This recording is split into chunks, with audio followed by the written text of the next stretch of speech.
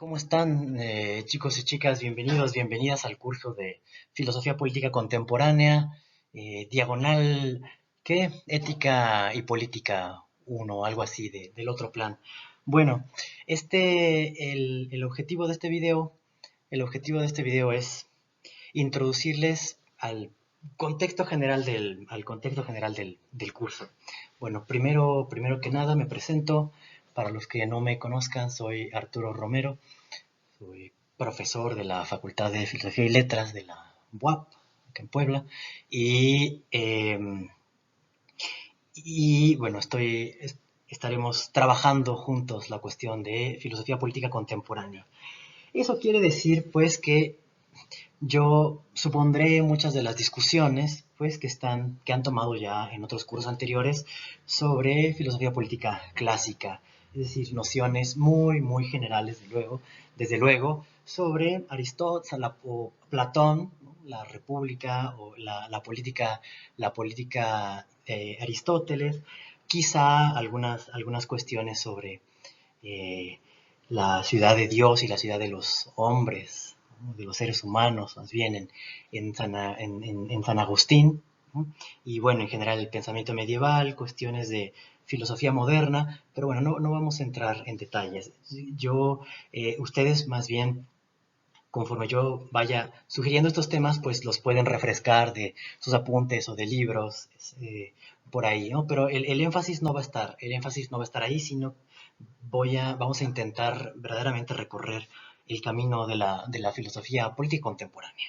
Entonces, para empezar a poner este curso en contexto, lo primero que tenemos que decir es que nos interesa algo que hace contemporánea la filosofía política, es decir, cuál es el acontecimiento, ¿sí?, en el cual se hace legible y a partir del cual queremos hacer filosofía política. Entonces, no es el de la ciudad, ¿no?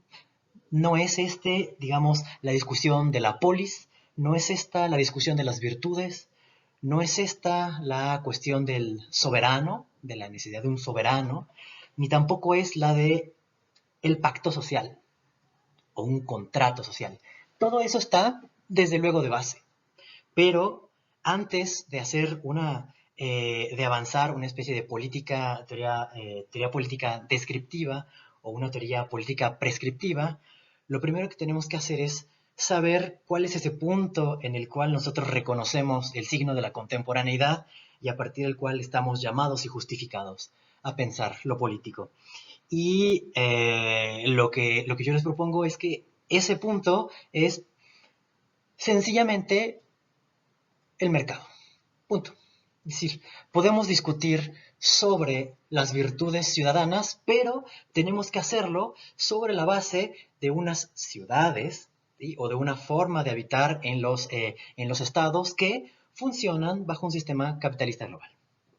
Podemos hablar de la soberanía, desde luego, podemos hablar la cuestión de si la soberanía la tiene alguien, si la soberanía la tiene el pueblo, si la soberanía es ejercida directamente por medio de una participación política o si debe haber representantes, todo eso lo podemos discutir, ¿sí? Pero esta crisis, por ejemplo, del sistema de partidos o estas discusiones que se hacen en general sobre la crisis de la democracia representativa, no son un problema en sí mismo si no está eso relacionado o embebido en estados en los cuales domina un modo social y modo de producción capitalista.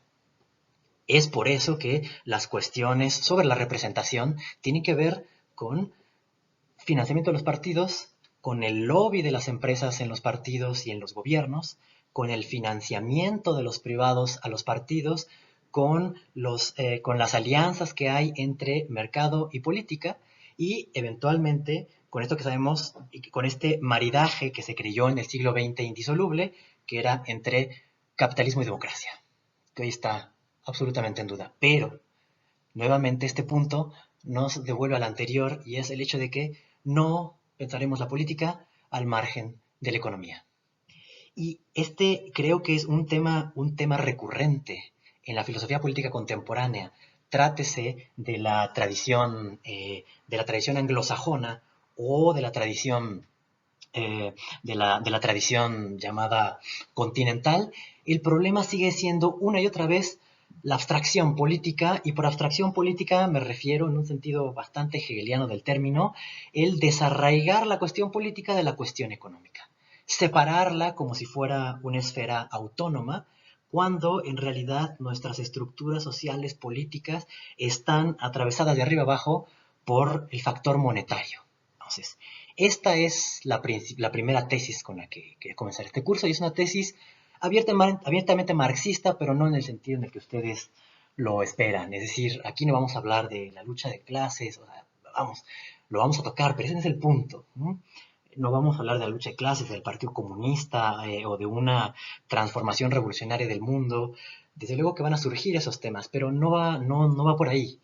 La tesis marxista por excelencia, y que además es acogida por muchos intelectuales que no son abiertamente marxistas, es que el lazo fundamental de las sociedades contemporáneas, desde la familia hasta la sociedad civil, hasta el Estado y después en la sociedad internacional, es el vínculo monetario. Es decir, si nosotros quisiéramos ponerlo, se los mandaba en un correo, si nosotros quisiéramos ponerlo en términos fenomenológicos, diríamos que el mundo, ¿sí?, es un mundo mercantil. Es decir, que todas las cosas, no es que sean mercados, sino que todas las cosas están embebidas en el gran sistema del mercado. Número uno. Número dos, que el existente, el ego o el Dasein, si lo quieren ver así, porque sé que son rete heideggerianos y heideggerianas, es el propietario consumidor. La relación es la comprensión, o más bien la relación con el mundo, o la comprensión general del ente, es en tanto mercancía. Las cosas no son interpretadas como algo ante los ojos, ¿no?, la Vorhandenheit de Heidegger, sino más bien tienen la forma de una mercancía. Entonces, el individuo, trabajador, propietario o expropiado, e individuo, ante todo individuo, existe en un mundo, que es el mundo de las relaciones mercantiles, y en el cual su mundo son otras personas, pero el Mit-Dasein lo que constituye son aliados o competidores, ¿sí? Es decir, amigos o enemigos en términos económicos, gente con la que tiene que competir o gente que va a ser su aliada, con la que compite frente a otros. Y estas relaciones también se reproducen entre quien da empleo y quien es el empleado. Y finalmente, esta relación económica que permea todas las cosas, que permea todas las relaciones sociales y que permea, vamos a llamarlo así, la comprensión general del ente, lo que nos arroja es la pregunta no de la originariedad, porque ese no es el punto de esta situación frente a las cosas, sino cómo es que llegamos aquí y en qué coordenadas nos coloca, ¿sí? Es decir, en qué, y muy concretamente en este curso, en qué coordenadas políticas nos coloca el hecho de vivir en esta economía mundial. Ahora, sí quiero ser también cuidadoso con la cuestión de capitalismo, con estos términos como neoliberalismo, o uno que ya está muy gastado para ustedes, que están más jóvenes, pero es el imperialismo. Que de todos modos trató de ser reactualizado por ahí con Negri y Hart. Pero dejando de lado estas cuestiones, lo principal es ir detenidamente sobre el significado filosófico de la economía capitalista contemporánea y cómo eso condiciona nuestras relaciones políticas. Perdón. Cómo eso configura el campo de lo político. Entonces, eso quiere decir una cosa particular, que toda filosofía política que se haga hoy, que no considere el factor monetario, que no tenga una idea, sino una filosofía, por lo menos una idea del dinero y una idea de lo que significa el vínculo social mediado por relaciones económicas, está condenada a fracasar. ¿Sí? Hay mucha tensión con esto. Esto no quiere decir que no estamos hablando aquí del concepto de lo político en general, ni estamos hablando tampoco de una política originaria y radical. De lo que estamos hablando es de, en este momento, cuáles son las coordenadas y las fuerzas en las cuales hemos sido colocados y forzados a pensar. Y lo que digo es que precisamente si nos interesa la política y algo que tiene que ver con la política, que son la justicia, el derecho, los derechos y las obligaciones, como parte del derecho, la libertad y el contrato o el vínculo social en general, tenemos que hacernos cargo de la pregunta por el dinero. Y una cuestión que ustedes pueden notar en cualquier curso de filosofía política en cualquier parte del mundo es que nunca se ve el dinero. Se alcanza a ver, acaso, en Marx y como una cuestión marginal, al lado de la explotación, y este tipo de cosas suelen verse en economía. El asunto es que la filosofía de la economía no la ven los economistas, porque el economista está preocupado por... hay muchos tipos de economistas, pero bueno, alguien formado, por ejemplo, en una escuela de econometría, lo que está interesado es en crear modelos predictivos de la economía que nos permitan explicar las crisis o que nos digan en qué, si estamos en qué ciclo de reproducción del mercado estamos y si vamos a intervenir o no, si vamos a tomar medidas contracíclicas, por ejemplo, para compensar una falta de poder adquisitivo, etcétera, ¿no? Pero no se discute eso. Y en la filosofía se considera que el mercado no tiene una metafísica, que es una especie de ciencia, que es una especie de técnica, y que la verdadera política está más allá de lo económico. El asunto, y es lo que quiero defender frente a ustedes, es que hay una metafísica del mercado.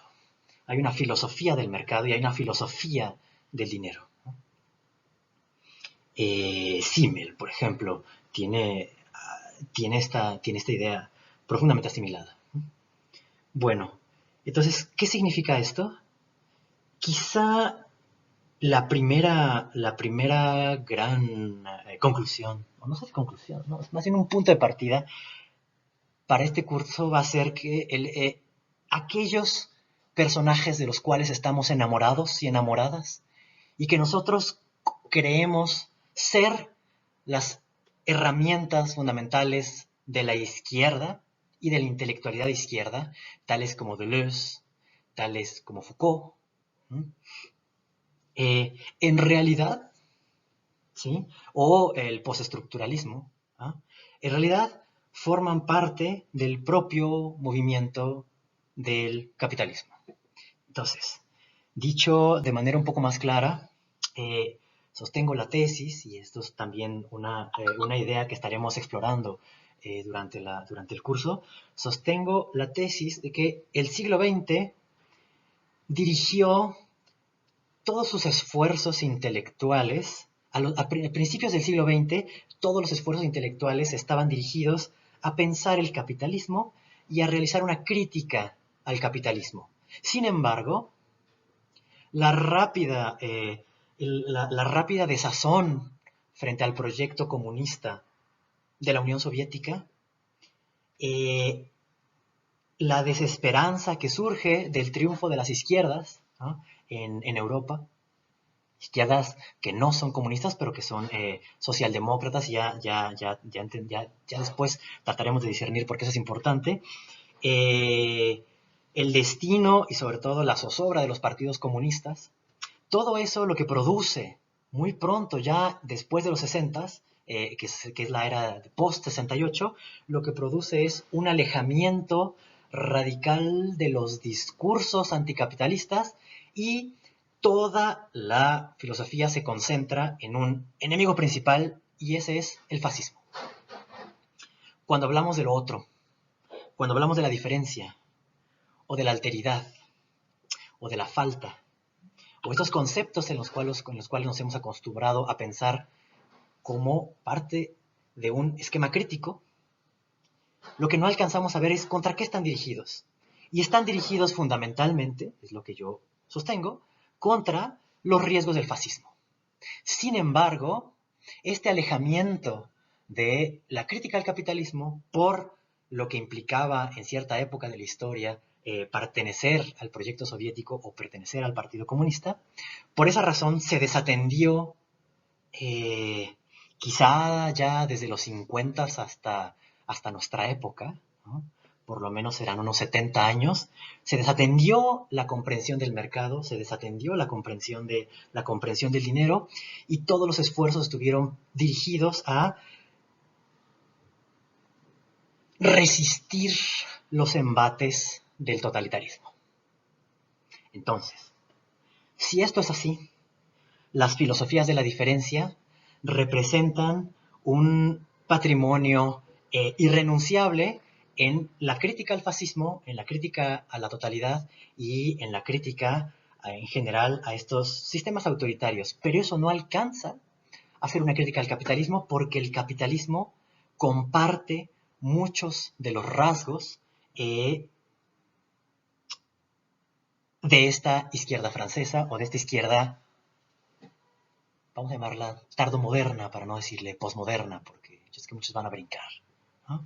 Eso no quiere decir que no tengamos, al contrario, que leer a Foucault y a Deleuze. Significa que tenemos que discernir qué de Deleuze y qué de Foucault y qué de Agamben sigue formando parte de una época de posguerra, extendida desde luego, en la cual el riesgo mayor es el totalitarismo, y hasta dónde aquellas herramientas que intentan oponer a ese totalitarismo en realidad no son una promesa, sino más bien una descripción clara y fiel de lo que estamos viviendo nosotros. El texto que les mandé, que también va a estar aquí abajo en la descripción, es un texto sobre Foucault y sobre Hayek, y sobre las profundas afinidades que hay entre estos dos pensadores. Esto no es en perjuicio de Foucault, sino es, o no solo, sino también es a favor de Hayek, no porque haya que ser hayekiano, yo proponga un hayekianismo, no, sino porque a Hayek se le tiene que conceder, y esto es parte de la filosofía del mercado que yo les estoy proponiendo, a Hayek se le tiene que conceder haber avanzado una teoría antimetafísica del mercado, ¿sí? En cierto sentido. Es decir, para él no se puede controlar el Estado, porque el Estado, perdón, no se puede, más bien, no se puede y no se debe intentar controlar la economía, porque el Estado funciona como un, vamos a ponerlo en términos derridianos, funciona como un significado trascendental, es decir, como algo que está fuera del juego y que podría venir a regular las cosas. En cambio, lo que él propone es un juego inmanente del mercado en el cual éste se autorregula, porque, y eso puede ser metafísico, pero lo antimetafísico es el hecho de que no hay ninguna subjetividad que pueda gobernar ese mercado. No hay ningún saber que nos alcance para decirle al mercado qué es lo que éste debe hacer. Entonces nos coloca en una situación de finitud, ignorancia y de juego inmanente de las cosas. Eso les sonará profundamente actual porque lo es y está profundamente cerca del pensamiento estructuralista. Entonces, dicho esto, el resto de la parte de este video revisaremos las posiciones de algunos pensadores que lo que están haciendo surgir es la conciencia. Yo no sé si esto alcanza a ser un movimiento, no lo creo, pero sí la conciencia de que buena parte de lo que constituyó la filosofía liberal y la filosofía de izquierda, particularmente francesa o de raigambre francesa, tiene varios puntos indiscernibles respecto al estructuralismo, al capitalismo, o se confunde con el capitalismo. Y esto a lo que nos obliga es a volver a pensar los términos de la filosofía política y a exigir, además del elemento de crítica al totalitarismo y la reivindicación de lo otro, lo diferente, lo diverso, una filosofía del dinero, un pensamiento del dinero. Porque es ahí donde vuelve a ser convocada la necesidad del Estado, es ahí donde vuelve a ser convocada la necesidad o no de regularlo, de regular al mercado en general y de ver cuáles son los hilos que tensan la relación económica y que constituye a nuestro día de hoy el principal vínculo en todos los niveles. Vamos a empezar con una cita de Alain Badiou. Alain Badiou en el 89, 1989, escribe este texto que se llama Manifiesto por la Filosofía. Y básicamente la tesis, más bien, ¿cómo comienza este texto? Diciendo que la filosofía se encuentra extenuada. Pero esto no es un juicio sobre la filosofía, sino es una constatación de lo que los propios y las propias filósofas y filósofos dicen sobre su disciplina, a saber, siguiendo a Heidegger, que la filosofía ha muerto, que la filosofía ha terminado. Y esto es porque la filosofía piensa en conceptos y los conceptos encuentran su máxima expresión, algo así como en Hegel, pero después de esta gran consecución de la filosofía y este gran logro, la filosofía se vuelve imposible. Y es lo que hace Heidegger.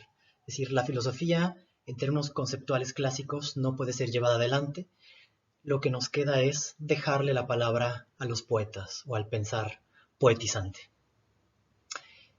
Después, el siguiente episodio en esta historia de la filosofía, y ahora veremos las consecuencias políticas que esto tiene, es que no le está dado o no le está concedido a la filosofía pensar la política. Le está concedido pensar la posibilidad de algo otro y de algo venidero, pero que finalmente no está a nuestra disposición. Entonces, me leo esta cita de Alain Badiou que se encuentra, repito, en el Manifiesto por la Filosofía de 1989. Dice, casi todos nuestros filósofos, y lo dice entre comillas porque son ellos y ellas los que se declaran no estar haciendo algo más, hacer filosofía, sino estar en sus bordes, o estar más allá, o estar después. Dice, casi todos nuestros filósofos andan en busca de una escritura desviada, de soportes indirectos, de referentes oblicuos. Pretenden así ocupar, mediante una transición evasiva, el lugar supuestamente inhabitable de la filosofía, muy practicable. Y en el centro de este vacío, el sueño angustiado de quien no es poeta ni creyente ni judío. Recuerden que Heidegger entrega la filosofía a los poetas, después vemos esto que se llama el giro teológico, que bueno, no es una teología, Levinas quizás sería la figura más relevante al respecto, pero no es que se reteologice la filosofía, es que hay algo del orden, de lo divino y de la alteridad que representa lo divino, aquello que es capaz de cuestionar la política, ¿no? Y esto está en él, también está en Benjamin. Recuerden esta oposición que hace entre la violencia jurídica, que es la violencia estatal, y la violencia revolucionaria, que es una violencia redentora y es una violencia eminentemente religiosa. Y quien no es judío. Recuerden también que los grandes críticos del fascismo y los grandes críticos de la guerra mundial, bueno, pues son aquellos que fueron despedazados por ellas, y es los judíos, el pensamiento judío, ¿no? Los judíos, el pensamiento judío. Y entonces escuchamos a grandes pensadores como Rosenzweig, ¿ah? Como Benjamin, Kafka, mmm, eh, y desde luego pensadores en la línea de ellos, ¿no? Y bueno, también poetas como Paul Celan. Entonces, eh, la filosofía judía, desde luego que representa una impugnación del pensamiento político llevado adelante en los grandes proyectos nacionalistas, fascistas, pero también comunistas en cierto sentido, aunque son muy diferentes en el fondo, del siglo XX. ¿Sí? Entonces, el filósofo o la filósofa se siente angustiado y angustiada cuando no es poeta, cuando no es creyente o no está abierto o no tiene sensibilidad a este giro teológico, ¿no? O al retorno de lo religioso, ni tampoco ha participado de lo judío. Pero entonces trata de buscar en la categoría de lo otro refugio para todas las alteridades posibles, y ahora sí ya no solamente judío, sino la periferia respecto al centro europeo occidental, junto con Norteamérica, eh, la mujer o las mujeres, eh, los mestizos, las mestizas, indígenas, gente del colectivo lésbico, gay, transgénero, transexual, y etcétera. La pregunta es, ¿hasta qué punto se deja cobijar toda lucha social y política contemporánea bajo la figura del otro? ¿Y en qué medida está esto trazado sobre los resultados desastrosos de una guerra que seguimos viviendo, pero que no son los únicos? ¿Sí? Entonces sigue Badiou, nos encontramos con que se aviva la intimidación brutal concerniente al compromiso nacional socialista de Heidegger, ante el juicio al que la época nos intenta someter, tras la lectura del expediente de este juicio, cuyos argumentos principales son Colima y Auschwitz. Nuestros filósofos, echándose el siglo sobre las espaldas y finalmente todos los siglos desde Platón, han decidido declararse culpables. ¿Qué significa esto?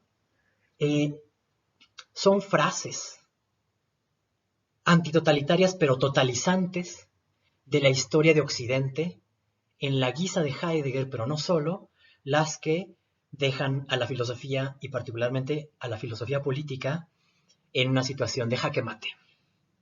¿Qué quiere decir esto?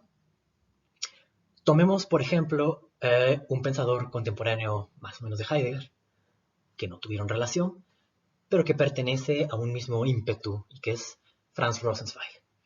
Franz Rosenzweig dice, algo ha ocurrido en la filosofía de Jonia a Jena.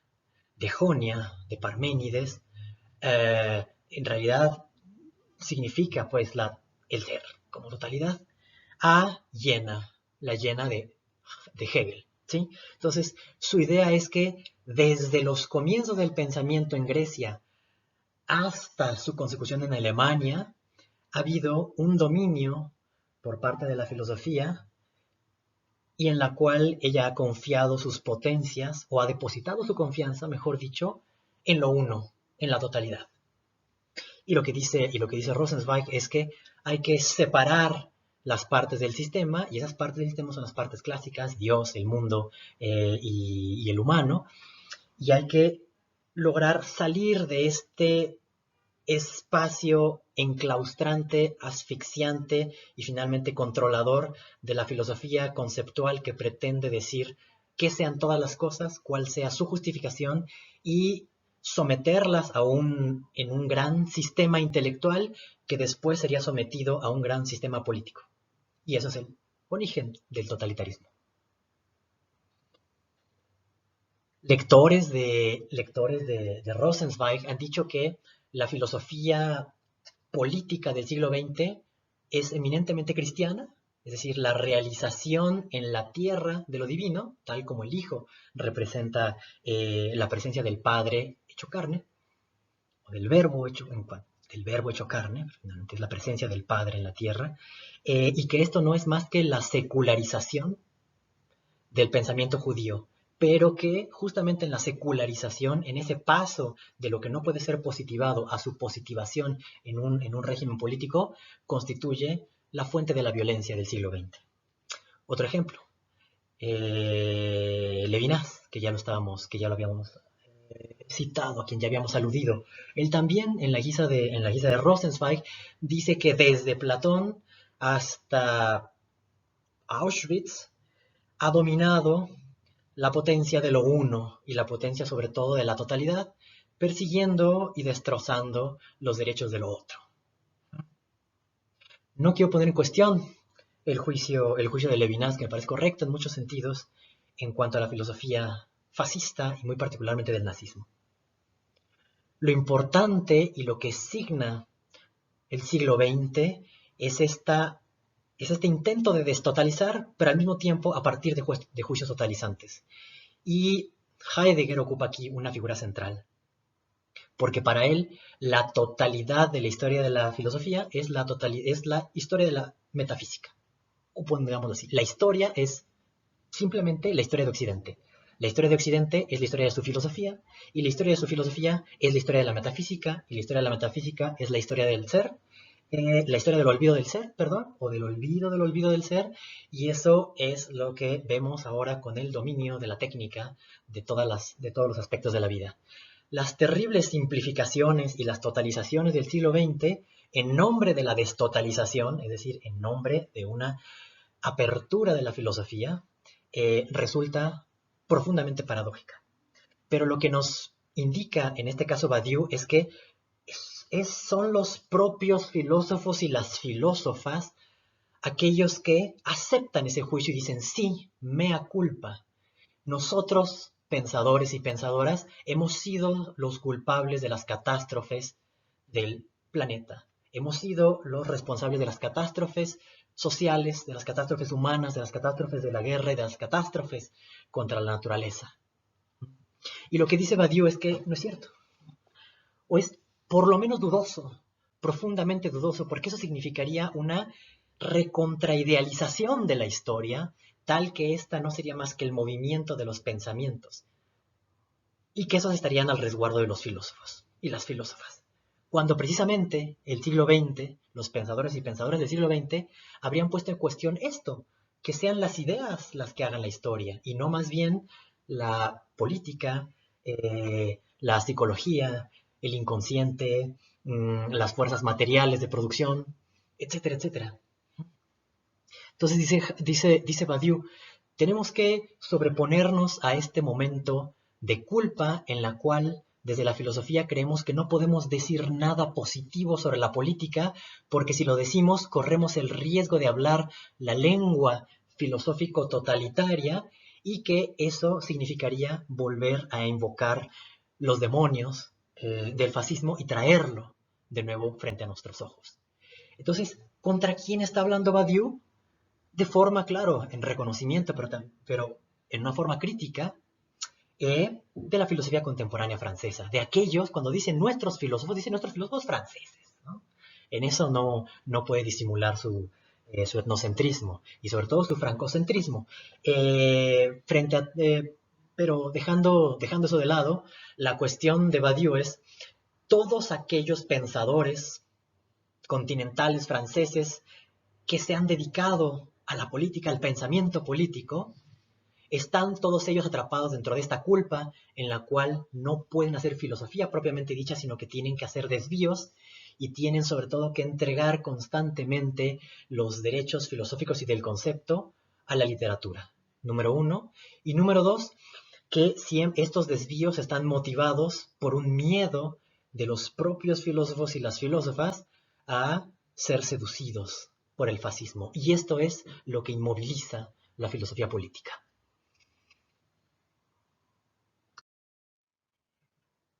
Dentro de todas las figuras de la izquierda filosófica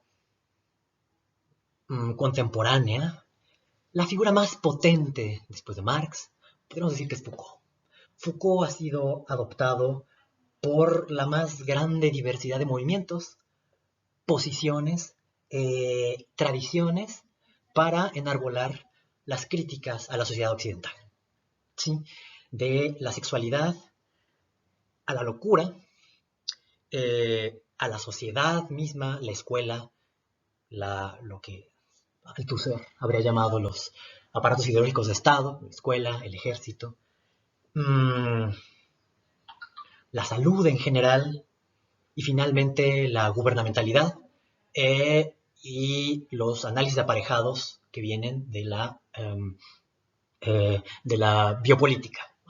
No hay nada más actual que hacer crítica del capitalismo a partir del concepto de biopolítica. No hay nada más actual que hacer crítica de nuestra sociedad a partir de la vigilancia, a partir del control, a partir de la persecución del otro, de lo extraño. Todas ellas son ideas de Foucault. Lo que quizá es menos, aquello en lo que quizás se repara muy poco es en a qué le apostó Foucault frente a esas sociedades de control. Porque esas sociedades de control, ¿de dónde vienen? Bueno, vienen de estados fuertes. Y esos estados fuertes son los estados que hicieron la guerra, que hicieron las guerras mundiales. Es el estado fuerte convocado por el proyecto soviético, y también son los gobiernos fuertes de la posguerra, particularmente un de Gaulle, ¿no? Charles de Gaulle, que gana la guerra con los aliados, pero que para los 68eros de Francia representa también el viejo orden. Entonces, Foucault se está rebelando contra el viejo orden, ¿sí? pero él está escribiendo en el momento en el que está surgiendo otro orden y el cual también lo seduce por sus posibilidades. Y esto es lo que decíamos en la primera parte del video, que Foucault se acerca profundamente a planteamientos de Hayek, de manera no sé qué tan abierta, yo no soy experto en Foucault, eso lo pueden investigar ustedes mismos y mismas, pero lo que sí me parece es que en mi lectura es que hay muchos temas que hacen a Foucault muy compatible, ¿sí? Con nuestro modo político y nuestra organización sociopolítica neoliberal. Entonces, esta cita de Zamora me parece muy interesante y viene de un libro que se llama Foucault and Neoliberalism. Entonces dice, en verdad Foucault no se limitó meramente a cuestionar ciertos aspectos del pensamiento neoliberal, porque en sus últimos seminarios sobre la gubernamentalidad sí que le interesa el neoliberalismo. Claro que lo conoce, y esa es la razón por la que estamos discutiendo esto. Parece más bien, sigo leyendo, haber sido seducido por algunas de sus ideas centrales. Estos temas, lejos de encarnar simplemente el desarrollo de un intelectual, ilustra más generalmente algunos de los cambios que ocurrieron en la izquierda post-1968. Y no solo en Francia, también hablaremos de eso, también en México y en toda América Latina. Su desilusión y la profunda transformación del campo intelectual francés. Los ochentas fueron, después de todo, una época de renuncia, primero por parte del gobierno socialista, o más bien hacer un gobierno socialista, y luego de los propios intelectuales. Entonces, Foucault pertenece a una generación de la derrota, y hay que decirlo así. Para alguien que se asume de izquierda, tiene que aceptar que el proyecto comunista fue derrotado por causas internas y externas. Falló. Y quien no lo entienda, no se lo toma en serio. ¿Sí? Quien asume y quien convoca la liberación o palabras como la justicia de clase o la lucha de clases o el fin de las contradicciones, no ha entendido nada. No es que no sean justas las críticas de Marx, es que el proyecto de una instanciación política de esas tesis resulta profundamente problemático. Y ese es el asunto, ¿sí? Ese es precisamente el asunto, el tránsito de la crítica de la economía política a la construcción de un gobierno supone todavía un abismo, es decir, muchas reflexiones y pensamientos sobre qué significa el gobierno, qué significa el Estado, qué significa participar, qué significa la propiedad, cómo se debe distribuir, cómo se deben procesar los conflictos. Hay muchas cosas y eso constituyeron las primeras discusiones de los postmarxistas, es decir, de los marxistas, una vez que Marx no estaba ya ahí agitando las internacionales. Entonces, después del 68, el mundo de la izquierda acepta la derrota y el fin del comunismo como posibilidad realista. ¿Y hacia dónde debe mirar? Bueno, como no puede mirar hacia el capitalismo, mira hacia aquello que se perfila como una posibilidad y que todavía no ha sido apropiada plenamente por el capitalismo, pero que sí lo va a hacer. Entonces, estábamos hablando de Mitterrand, ¿no? Bueno, no es cierto, habíamos hablado de Gaulle. Después de De Gaulle, en el referéndum que pierde, quien gana por primera vez en Francia ya no es un conservador, sino es François Mitterrand. Y François Mitterrand es un socialdemócrata y representa los ideales de izquierda, pero descafeinados, es decir, sin las aspiraciones revolucionarias y sin las aspiraciones comunistas. Es decir, es una persona reformista que pretende avanzar las causas sociales y la justicia social, pero a partir de una cosa intermedia que es el estado de bienestar. Entonces, lo que le parece a Foucault y a muchos otros es que este estado de bienestar no es que sea muy poca cosa, es que sigue siendo demasiado estatal. Y por eso Foucault, frente a esta decepción de la izquierda y de la nueva izquierda, apuntará a esta posibilidad de un cuidado de sí y de una relación individual con mi propio goce al margen de las instituciones. Y eso es precisamente lo que los neoliberales van a pedirle al Estado respecto al mercado. que se retire para que los individuos, los verdaderos actores, hagan por su propio deseo el juego o realicen por su propio deseo el juego del mercado.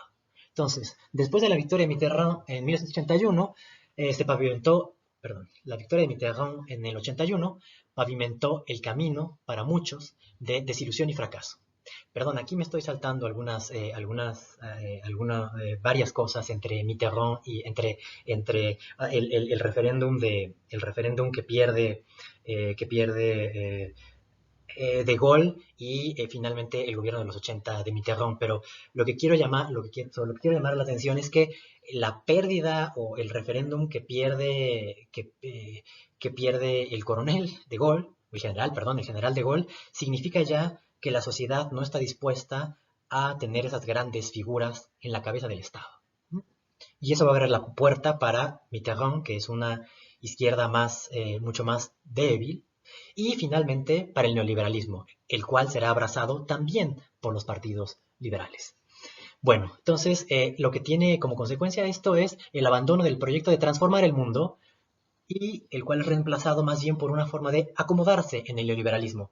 La propia palabra que nosotros utilizamos todo el tiempo, que es la de resistencia, significa aceptar a alguien que resiste, no alguien que cambie, que transforma, sino alguien que resiste, es alguien que asume que la situación no puede ser cambiada y que lo mejor que puede hacer es salvarse de forma individual con su deseo en los márgenes que le deja todavía el poder.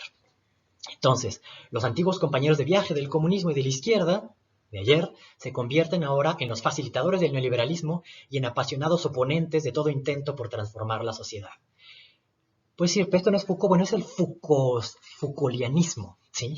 La herencia de Foucault.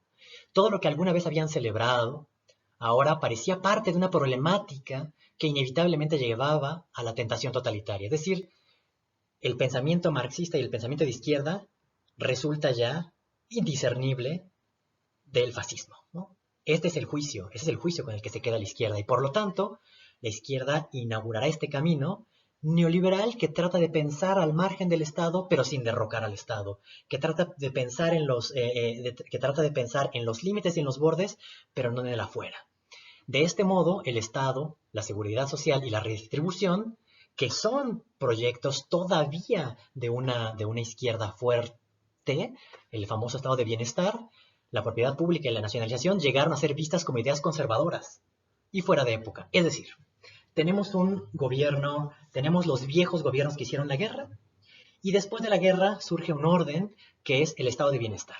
¿Sí? Pero lo que le parece a estos pensadores de izquierda es que el estado de bienestar no es más que una continuación, quizá un poquito más débil, pero al final de cuentas una continuación de los poderes estatales sobre los ciudadanos, en tanto que quieren controlar su ingreso, en tanto que quieren controlar su trabajo, en tanto que quieren controlar su vivienda.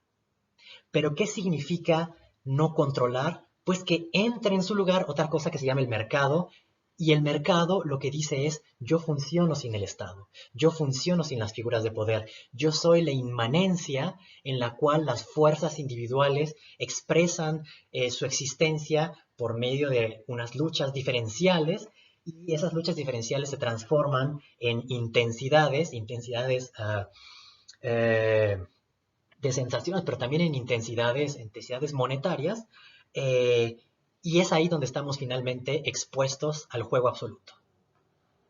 Entonces, por lo tanto, estos pensadores de izquierda terminan representando una suerte de anarquismo ontológico, pero un anarquismo ontológico que, puesto que no puede ser nunca capturado ónticamente, es decir, en instituciones, entonces tenemos que aceptar ónticamente lo que nos toca, porque ónticamente todo está, digamos, fraguado ya, determinado, y no se le puede hacer nada. Entonces, pensadores, por ejemplo, como Derrida, serán acomodaticios en términos de la economía tal como ésta ya es, pero harán una invocación a lo otro, a esta potencia radical de la deconstrucción y de la alteridad, como aquello que cuestiona este mundo empírico, concreto y determinado. Pero si bien lo cuestiona, también es impotente frente a él, porque este mundo concreto no se le puede hacer nada. La posición de Foucault, que podría resultar en las antípodas de Derrida, en el fondo no se aleja mucho de las consecuencias. Es decir, no se puede hacer macrofísica del poder porque esa macrofísica es una ambición que ha representado la tentación totalitaria. Lo que hay que hacer es una microfísica y por lo tanto trabajar con nuestro cuerpo, nuestra individualidad, nuestras pasiones, digamos, en casa. ¿Sí? El asunto es que la casa no funciona y la microfísica no funciona fuera de la gran casa y de la macrofísica. Y de esto se da cuenta él cuando en sus análisis de la gubernamentalidad, pero no llega suficientemente lejos porque le parece pues que el neoliberalismo sería un diferente modo de gubernamentalidad que no tendría que recurrir a la violencia del Estado. Lo paradójico es que ahora, en nuestra situación, pidamos control del mercado, pidamos intervención estatal, pidamos ponerle freno a esta potencia violenta que es el mercado y en el cual, de una forma muy metafísica y muy ingenua, confiaron nuestros pensadores franceses. El siguiente pensador favorito después de Foucault para reflexionar sobre alternativas a nuestra sociedad moderna y al capitalismo es, desde luego, bueno, son desde luego Deleuze y Guattari, ¿no? Sobre todo Deleuze, pero bueno, siendo que ellos escribieron este gran volumen de Capitalismo y Esquizofrenia, en ellos se confía. Y bueno, lo que ellos están diciendo es hay que oponerle a la máquina capitalista la máquina esquizofrénica. Pero el problema no es la locura del capitalismo, el problema es que el capitalismo sigue siendo demasiado cuerdo. Y habría que tener una especie de hipercapitalismo, de hipermercantilización, y solamente un capitalismo llevado hasta el extremo sería capaz de vencer sus propias tendencias conservadoras. ¿Y cuáles son las tendencias conservadoras del capitalismo? Pues el hecho de estar acumulando capital. Es decir, el problema del capitalismo, es una tesis marxista, ¿sí? El problema del capitalismo no consiste en que destruya la naturaleza y no consiste en crear esta potencia, esta gigantomaquia de productividad humana. El problema es que esa productividad se queda solamente en unas manos, pero de lo que se trata es que esto se desborde para todos. Bueno, pues en este mismo sentido, la interpretación que hacen Deleuze y Guattari es que el deseo es lo único que produce y lo que tenemos que hacer es desterritorializar y descodificar, es decir, acabar con todos aquellos mecanismos que no dejan que el deseo fluya libremente y nos desborde en una especie de cornucopia y de plenitud de deseo. Entonces, de lo que se trataría de hacer es constantemente desterritorializar, descodificar, rizomatizar y acabar con todas aquellas estructuras del orden y la jerarquía para que finalmente el deseo quede liberado y fluya libremente a partir de nosotros de forma impersonal.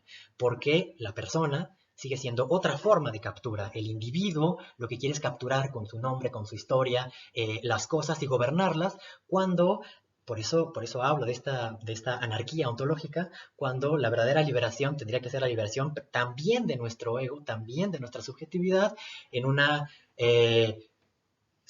de nuestra subjetividad razonable y consciente para convertirse en una subjetividad anónima, deseante, desbordada y afectiva.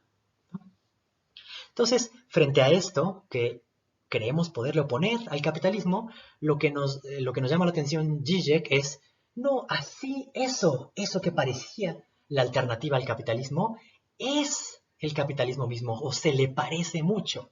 Entonces, cito un fragmento de este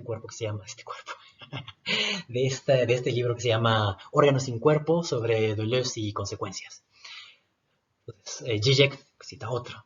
Dice, en su admirable The Pedagogy of Philosophy, Jean-Jacques Leclerc nos describe la escena de un yuppie en el metro de París leyendo el libro de Deleuze y Guattari, ¿qué es la filosofía? Hay un entusiasmo cuando el yuppie lee algo sobre la imitación impersonal de los afectos, sobre la comunicación de intensidades afectivas por debajo del nivel del significado. Y se dice, sí, así es como yo diseño mis trabajos de publicidad. O cuando la lectura se refiere a la explosión de los límites de la subjetividad autocontenida y al acoplamiento directo del hombre a la máquina. Esto me recuerda el juguete favorito de mi hijo, el hombre de acción que puede convertirse en un coche, el Transformer, ¿no? O sobre la necesidad que uno tiene de reinventarse sin tregua. Es lo que nos dicen, ¿no? No te preocupes con que te despiden. Está bien que te despidan porque eso te obliga a reinventarte. Y el freelancer, que no es más que un precariado, que no es más que la cara del precariado, es decir, alguien que no tiene empleo fijo y que tiene que financiarse todo, su salud, su educación, además de mantenerse en la vida, esto es lo que nos dice el capitalismo. Reinvéntate, pero no reinvéntate solamente porque esté muy divertido, sino porque es el mercado el que constantemente, al cambiar las necesidades de producción, exige que nosotros cambiemos nuestra propia formación, nuestras propias habilidades. Entonces dice, la necesidad que uno tiene de reinventarse sin tregua, abriéndose a los innumerables deseos que nos empujan hasta el límite. Y se vuelve a decir el Yuppie. ¿No es este el objetivo de los videojuegos de sexo virtual con los que me ocupo ahora? Ya no se trata de reproducir el contacto corporal sexual, sino de hacer saltar los confines de la realidad establecida y de imaginar nuevas e inauditas formas de placeres sexuales. Y el capitalismo lo que hace es, una vez que se le agota el mercado, en contra de la tesis de Marx de que finalmente se iban a saturar los mercados y, no los productores, que también son compradores, no iban a tener suficiente capital como para mantener el mercado vivo y entonces iba a ser cortocircuito. No, lo que sucede es que el capitalismo siempre inventa nuevas cosas que puedan ser mercancías. Siempre puede mercantilizar lo inmercantilizable, al punto de que nosotros hemos mercantilizado nuestros afectos. Nosotros compramos experiencias, nosotros compramos sensaciones, nosotros no solamente gastamos en comida, en techo, sino también gastamos, y mucho, en cine, en comodidad, en moda, es decir, en placeres y en cosas que no representan más que placeres del orden de lo imaginario. ¿Mm?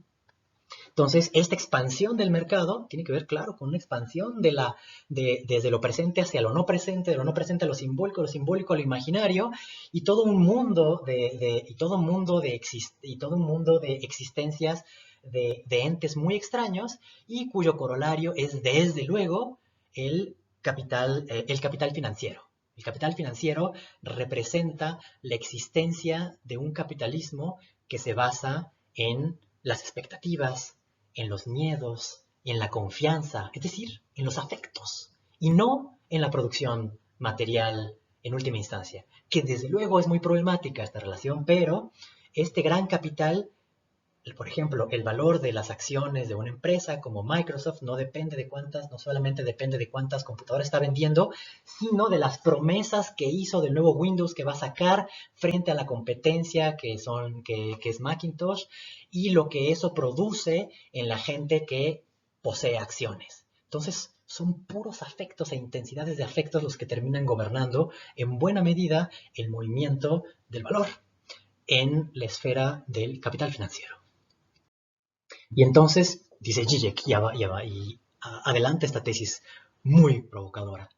Hay efectivamente algunas características que justifican llamar a Deleuze el ideólogo del capitalismo tardío. Dice algunas características, ¿sí? No se trata de hacer aquí lecturas planas y poner a la gente de un lado o de otro.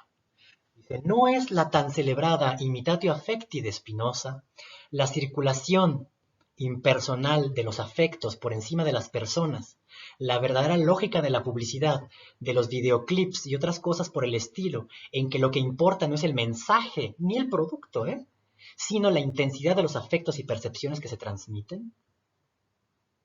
¿No es eminentemente deleuziana esta lógica en que ya no estamos en contacto con personas que interactúan, sino con una multiplicidad de intensidades, de lugares de goce, además de con cuerpos en su condición de máquinas deseantes, colectivas e impersonales? Y bueno, Zizek es uno entre tantos. En la era del pero el signo, digamos, la marca particular de su interpretación es la sospecha de la sospecha, de si estas críticas al capitalismo, estas supuestas críticas al capitalismo, por ejemplo, de Foucault, por ejemplo, de Derrida, por ejemplo, más explícitamente de Deleuze y Guattari, son realmente críticas al capitalismo y no más bien descripciones suyas, descripciones anticipadas de lo que estaba por venir. Entonces, ahora vendrá algo de Derrida. Quizá muchos y muchas de ustedes no lo conozcan. Este es un pensador alemán que se llama Boris Groys, y él estuvo en la Unión Soviética mucho tiempo y tengo entendido que regresa a Alemania después de la caída del muro de Berlín y después se refugia en una universidad alemana que es Karlsruhe, donde está también Peter Sloterdijk. Entonces, Boris Groy es un pensador muy interesante porque al haber estado en la Unión Soviética, entendió muy bien, ganó un vantage point, ¿no? Un punto de vista privilegiado para entender de dónde estaba surgiendo la crítica occidental al capitalismo. Y esta es una de las tesis que yo quiero defender también. Dice él, dice Boris Groys, la representación del comunismo que predomina, tanto en los simpatizantes como en los adversarios, es la de un idilio organizado en términos lógico-formales y técnico-racionales. El imperio de la razón instrumental, organizada desde una perspectiva lógico-formal, fría e inhumana, excluyendo y reprimiendo lo genuinamente humano, que consiste en que el individuo no es solo un animal que piensa racionalmente, también es un animal fundamentalmente que desea.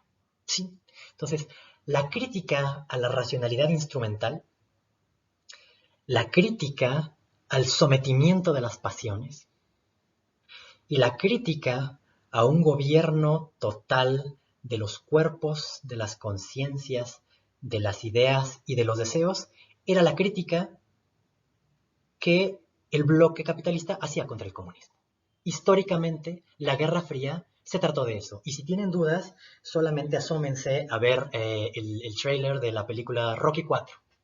Cuando ustedes ven a Rocky 4, uno representado por Stallone, que es el norteamericano, que además es migrante, es todavía esta idea, que ya no está más después de Trump, pero es esta idea de que Estados Unidos lo hicieron los migrantes, es la tierra de las oportunidades, por lo tanto es la tierra del que se hace, del hombre o la mujer que se forja a sí mismo o a sí misma desde la nada, ¿sí? Desde haberlo perdido todo, y que finalmente es por su deseo que triunfa. Entonces, Stallone es una persona que entrena levantando troncos en la nieve y haciendo lagartijas. ¿Cómo es? Y eso es cómo se quiere pintar Occidente a sí mismo. ¿Y cómo es que Occidente pinta a la Unión Soviética? Bueno, la Unión Soviética está representada aquí por Drago. Drago es un boxeador que es finalmente producido maquinalmente por el aparato ruso. Es decir, no es una persona que esté movida por sus intereses, por su deseo, sino es una persona inventada por el aparato ruso para gloria del mundo comunista. ¿Mm? Al igual que se trataban a los atletas durante las Olimpiadas, ¿no? Eran extraordinarios, pero eran vistos como máquinas. Bueno, Drago no entrena haciendo lagartijas, Drago entrena en máquinas. Drago entrena con medicamentos.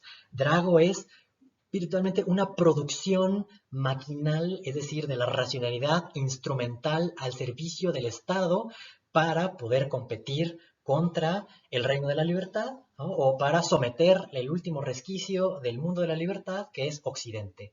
Y el mundo de Occidente es Rocky, es decir, luchón, humilde, pero auténtico.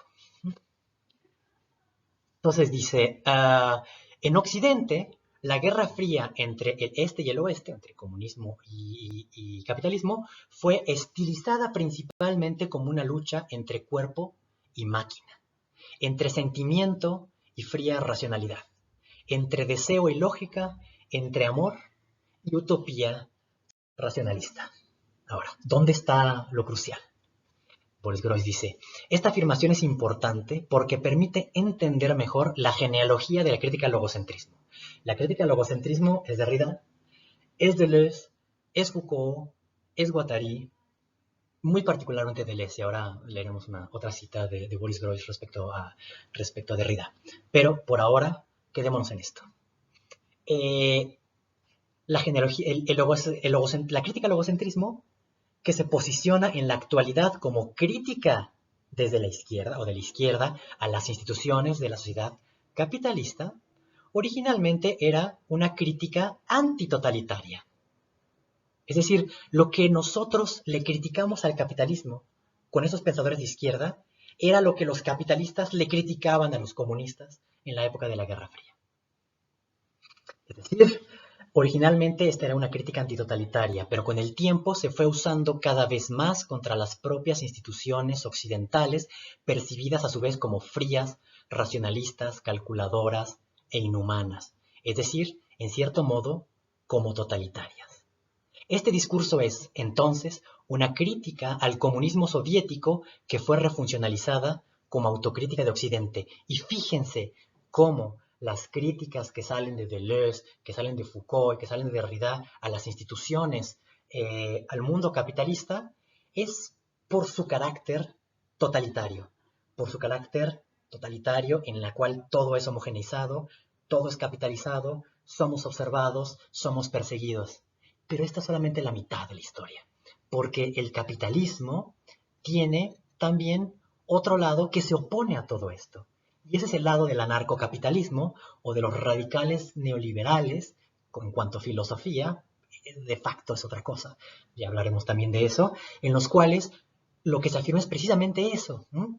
Que no tiene que haber ningún tipo de control, no tiene que haber ningún tipo de medida, no tiene que haber ninguna instancia trascendental ni racional que gobierne el deseo ni la producción subjetiva de los valores por parte de los individuos. Y, y esto remite a la proximidad escalofriante que hay, y esto lo nota Boris Groys, entre nuestro mercado capitalista y el mundo del juego de significantes que está en Lacan, pero que está de manera mucho más particular en Derrida. Y la leemos a continuación. Bien, esta última parte concierne a Boris Groys. Seguimos con la postdata comunista y esta inquietante cercanía entre el juego infinito de las diferencias que nos presenta en, por ejemplo, La escritura y la diferencia o Márgenes de la filosofía o en su gran libro de la gramatología. Eh, Siempre en esta línea de cómo se refuncionaliza una crítica occidental al experimento soviético y que después se regresa contra sí mismo, tal que nosotros parece que estamos criticando al capitalismo con los instrumentos que utilizaba el capitalismo para criticar al mundo soviético, pero estos remiten en el fondo a una crítica al totalitarismo, a una crítica a los grandes proyectos, a la gigantomaquia, a la potencia del Estado dominadora, a la razón instrumental, etcétera. Pero el capitalismo no es eso solamente, sino es también anarquía, el capitalismo es también juego de diferencias, inmanencia, intensidades, inconsciente, ¿sí? Y eso es, creo, el elemento capitalista que se vuelve visible cuando nosotros estudiamos el mercado. Y esa es la razón por la cual leeremos el texto que ya les diré después. ¿Cuál es? Entonces, simplemente presentamos esta tesis de Boris Groys. Leo la cita. Se critica el mercado finito porque es finito, por ser finito. Sobre todo se critica el mercado porque engendra triunfadores y perdedores, porque le ofrece al individuo no solo la chance de triunfar, sino también de fracasar. En las condiciones que impone el mercado capitalista, la diferencia se convierte en competencia. Y es el asunto. La diferencia es competencia y eventualmente es diferencia de clase, diferencia económica. Se le ponen así ciertos límites al despliegue sin fin de las diferencias, que es del que habla Deleuze, que es el que habla de Derrida y del que habla probablemente en otro sentido, pero en la misma línea Foucault. Según Popper, dice Groys, una teoría no puede ser confirmada, pero sí puede ser refutada definitivamente y se comprueba que determinados hechos la contradicen. Hechos, cosas puntuales, finitud. Tampoco una empresa puede tener jamás un éxito definitivo en el mercado abierto, pero sí puede fracasar definitivamente. Y de la misma manera, un discurso puede fracasar definitivamente en el mercado de los discursos. Pero para los defensores de la apertura y la heterogeneidad infinitas, es decir, el pensamiento de la diferencia, el pensamiento de lo otro, alteridad, lo conocemos con muchos nombres, semejante posibilidad de un fracaso definitivo es inquietante, porque en la perspectiva infinita del trabajo sin fin de la diferencia, de la deconstrucción, el fracaso definitivo no es posible. Derrida habla sobre la deconstrucción como una justicia definitiva, pero se trata de una justicia mesiánica, perdón el inconscientazo, mesiánica, divina, que compensa todo fracaso terrenal con el trabajo sin fin de la diferencia. Es decir, nuestro mundo finito es terrible, pero siempre estamos animados a lo otro y al porvenir porque hay una potencia infinita que está animándolo todo y en el cual nadie pierde definitivamente. Bueno, y eso es también lo que está diciendo el mercado. Cuando se nos dice que el mercado tenemos que dejarlo que se autonivele, no es que nos estén necesariamente hablando de una extraña ley del equilibrio, sino lo que nos están diciendo es que aleatoriamente, si no hay ninguna fuerza, entonces estas diferencias se distribuirán igualmente de forma aleatoria y no habrá perdedores ni ganadores sistemáticos. Entonces no tenemos que creer que el capitalismo nos promete un misterioso orden, sino que simplemente como la estadística, si no hay ninguna causa operando, entonces los errores se distribuyen de forma aleatoria y las diferencias se distribuyen de manera aleatoria.